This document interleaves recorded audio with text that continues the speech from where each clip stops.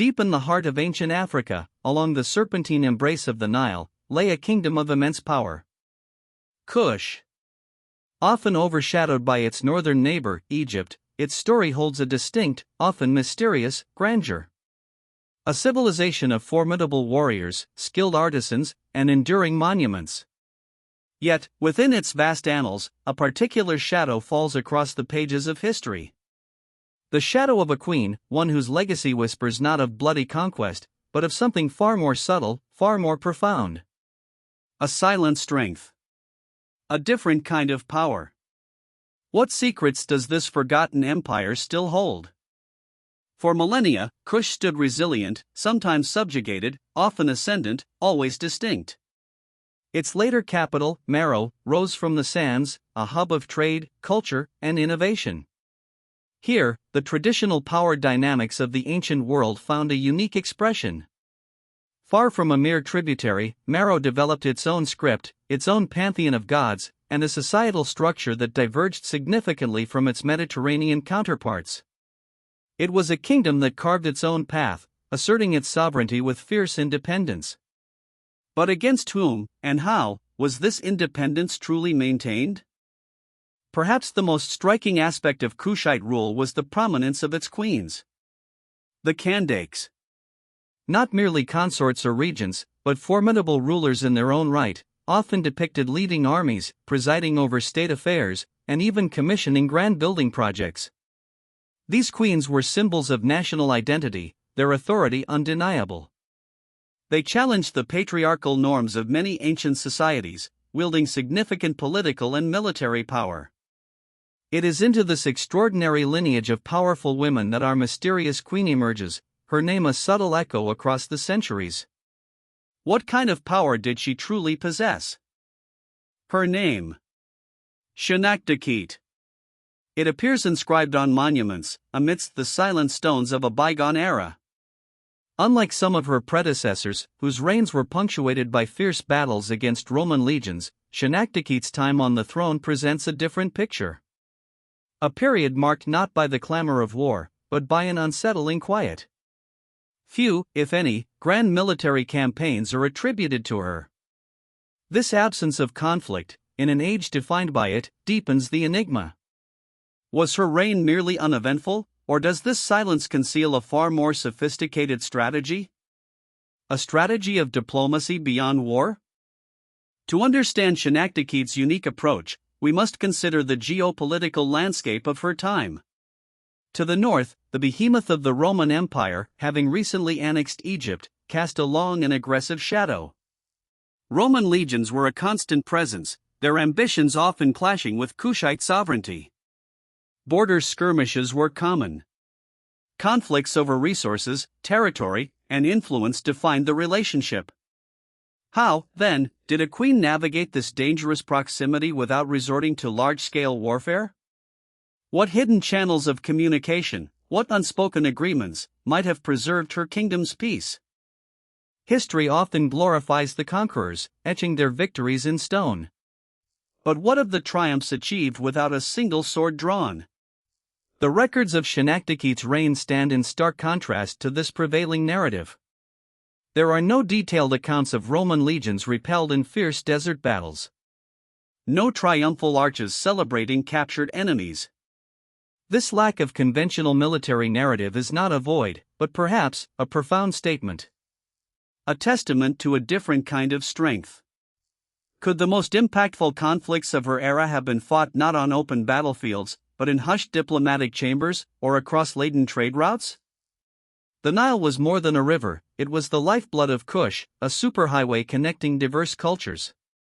For Shanakdakhete, this artery presented a powerful tool for diplomacy. Gold, ivory, ebony, exotic animals, and incense flowed north to Egypt and Rome. In return, Meroe received luxury goods, finished crafts, and valuable technologies. This constant exchange fostered interdependence, creating a powerful incentive for peace. Disrupting these vital trade networks meant economic hardship for all.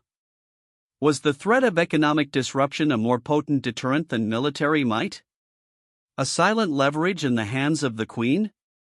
Amidst the tranquil quiet of her reign, Shanakdakhete oversaw significant architectural endeavors. Pyramids, temples, and civic structures rose across the landscape, particularly in Meroe. Such grand projects require immense resources, stable governance, and, critically, long periods of uninterrupted peace. They are not the work of a kingdom constantly at war. These monumental constructions stand as silent witnesses to a flourishing economy and a secure populace, testaments to a queen who perhaps understood that building a lasting legacy meant investing in the future, not just defending the present. What stability allowed for such ambition? Kush's diplomatic reach extended far beyond the immediate Nile Valley. Caravan routes crisscrossed the vast eastern and western deserts, connecting Meroe with distant lands in Africa and even the Red Sea coast. Through these conduits flowed not only goods but also ideas, cultural influences, and political intelligence. Maintaining these distant connections required careful negotiation, protection of trade routes, and alliances with desert tribes. This intricate web of relationships suggests a queen adept at managing a complex regional network, projecting influence not through force, but through strategic partnerships. How did she cultivate these remote relationships? Archaeological excavations sometimes unearth more than just ruins, they reveal hints of interactions. Among the findings from Kushite sites are imported luxury goods from Egypt and Rome, but also Kushite items found far north. These aren't always spoils of war. Often, they are diplomatic gifts, tokens of esteem exchanged between rulers. A carved ivory box, a uniquely crafted piece of jewelry, a ceremonial vessel. Such artifacts are the silent envoys of cultural exchange and mutual respect. They suggest a deliberate policy of building rapport, fostering goodwill, and acknowledging shared interests. What silent messages did these gifts carry? Kush developed its own unique writing system, the Meroitic script, a fascinating blend of hieroglyphic and cursive forms. While much of it remains undeciphered, tantalizing fragments have been translated. These often record royal decrees, dedications to gods, and sometimes administrative details. Imagine if a complete archive of Shanakdakhete's reign were fully legible. What insights into her diplomatic strategies might it reveal?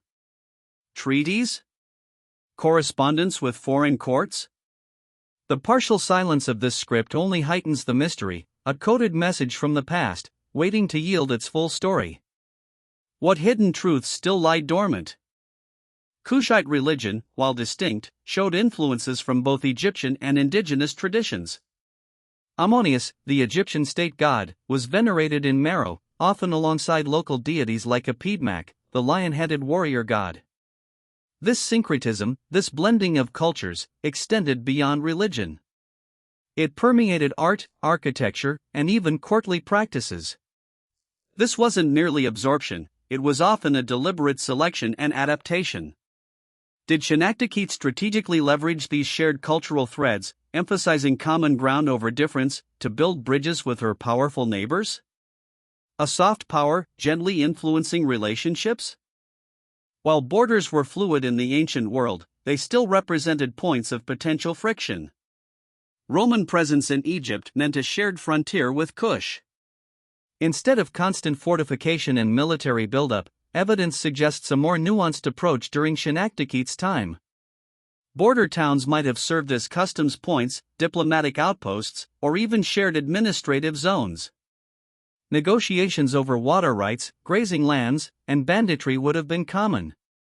This managed frontier, rather than an actively contested one, points to sophisticated agreements and perhaps a willingness to compromise. A different kind of border defense entirely? Interaction with Rome was inevitable. Shanakdakhete would have inherited a complex relationship, one shaped by both conflict and grudging respect. But her reign, unusually, stands out for its lack of overt military confrontations with the empire. This suggests an active policy of engagement, a careful dance with the formidable Roman state. Perhaps embassies were exchanged, treaties quietly renewed, and economic agreements prioritized. Rome, ever pragmatic, would have recognized the value of a stable southern border and access to Kushite resources. A balance of power, skillfully maintained not by legions, but by royal decree and diplomatic maneuvering. The consistent absence of major warfare during Shanakdakete's rule cannot be purely coincidental. It points to a deliberate and sustained policy. In an era where military might was the ultimate arbiter, choosing diplomacy as the primary tool of statecraft was revolutionary. It required foresight, strategic patience, and perhaps a deep understanding of her adversary's motivations. She may have identified that Kush's long-term survival lay not in direct confrontation, which often led to costly stalemates or defeats, but in cultivating relationships, fostering economic ties, and asserting cultural influence. Was this a personal philosophy or a pragmatic strategy? The archaeological record from her era often reveals signs of sustained prosperity. Thriving agriculture, bustling workshops, and stable populations. Unlike periods of intense conflict, where resources are diverted to war and communities are disrupted, Shanakdakete's reign seems to have allowed for internal development. This direct link between peace and prosperity is a powerful indicator of successful governance. Her people benefited from the fruits of diplomacy, not the spoils of war. It's a silent triumph that often goes uncelebrated, a testament to a queen who understood the true meaning of welfare for her kingdom. How was this sustained? The pyramids and temples she commissioned were more than just religious or burial sites. They were assertions of sovereignty, statements of power, and lasting testaments to the stability of her reign. Each carefully carved stone, each meticulously planned structure, speaks of an era confident enough in its peace to undertake such monumental tasks. These are not hasty fortifications erected in times of fear, but enduring symbols of a kingdom secure in its place in the world. They stand, defiant yet serene, whispering tales of a queen whose grandest achievements are etched not in battle scars, but in the very bedrock of her land. History often defines strength through military might, through victories and conquests. But Shanakdakete offers a compelling counter-narrative. Her strength lay not in the size of her army, but in the acumen of her diplomacy. It was a power born of intelligence, foresight, and the strategic cultivation of relationships. She demonstrated that influence could be wielded through trade agreements, cultural exchange, and subtle negotiation, rather than outright confrontation. This silent power, often overlooked, shaped the destiny of her kingdom just as profoundly, if not more so, than any grand military triumph. A truly unconventional measure of power? The true victory of Shanakdakete's reign is its silence on the battlefield. It is the absence of devastating war chronicles, the peaceful flow of trade, the steady progress of construction. This quiet, often unseen, narrative is just as vital as the loud pronouncements of military success. It forces us to reconsider what truly constitutes a successful reign in the ancient world. Was it the temporary glory of conquest, or the enduring legacy of stability and prosperity for one's people? Her story challenges us to look beyond the obvious, to listen for the whispers of a different kind of triumph. A triumph of peace. Despite the clues, the full tapestry of Shanakdakete's diplomatic genius remains elusive. We see the effects of her policies, the peace and prosperity, but the intricate details of her negotiations, the specific treaties, the subtle threats and concessions, are largely lost to time. The sand guards its secrets well. Her silent shadow lingers, a testament to the profound impact a single ruler can have, even when the specific actions are veiled by history. It compels us to ask, how many other stories of diplomatic triumph lie buried beneath the sands, awaiting their own discovery?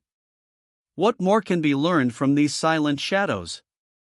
The reign of Queen Shanakdakete of Kush offers a powerful, albeit subtle, lesson. In a world consumed by conflict, she carved out a path of enduring stability through astute diplomacy, strategic trade, and cultural influence.